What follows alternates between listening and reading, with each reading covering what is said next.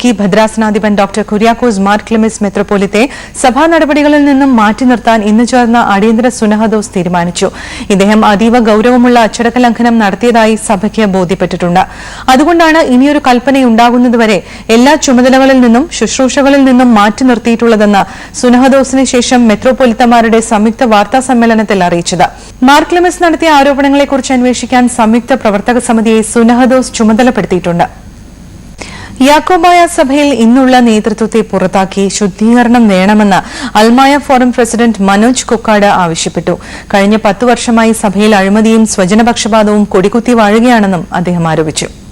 സഭയുടെ 32ഓളം ബിഷപ്പുമാരിൽ 3 പേരൊഴികെ ബാക്കിയുള്ളവരെ സഹായ മെത്രോപൊലീത്തമാരാക്കി കൂട്ടിലടച്ചിരിക്കുകയാണ്. ഇവരെ സഭ ആത്മീയമായി വന്ധ്യംകരിച്ചിരിക്കുകയുമാണ്.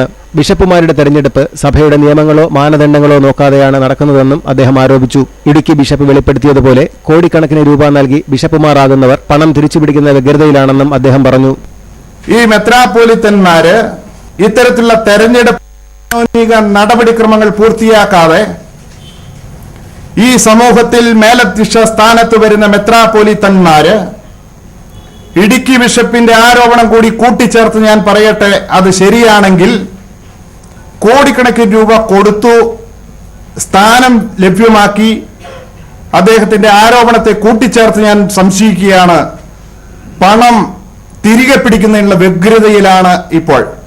കാലം ചെയ്ത ബെന്യാമൻ തിരുമേനിയെ ആക്രമിക്കാൻ ശ്രമിച്ചയാൾ എങ്ങനെ സഭയുടെ സെക്രട്ടറിയായി എന്ന് പരിശോധിക്കേണ്ടതാണ്. സഭയുടെ സെക്രട്ടറി സഭയുടെ പണം കൊള്ളയടിക്കുകയാണ്. അദ്ദേഹത്തിനെതിരെ അന്വേഷണം വേണമെന്നും അൽമായ ഫോറം പ്രസിഡന്റ് ആവശ്യപ്പെട്ടു. സഭാ മേലധ്യക്ഷന്മാർ സ്വന്തം പേരിൽ ഭൂമികളും വസ്തുവകകളും വാങ്ങിച്ചു കൂട്ടുന്നതായും അദ്ദേഹം ആരോപിച്ചു. ഇത്തരം കാര്യങ്ങൾ കാണിച്ച് നേതൃത്വത്തിന് അയച്ച പരാതിയിൽ നടപടികൾ ഉണ്ടാകാത്തതിനാലാണ് മാധ്യമങ്ങളെ സമീപിച്ചതെന്നും അദ്ദേഹം പറഞ്ഞു. സൂര്യ ന്യൂസ്, കൊച്ചി. മുംബൈ ഭീകര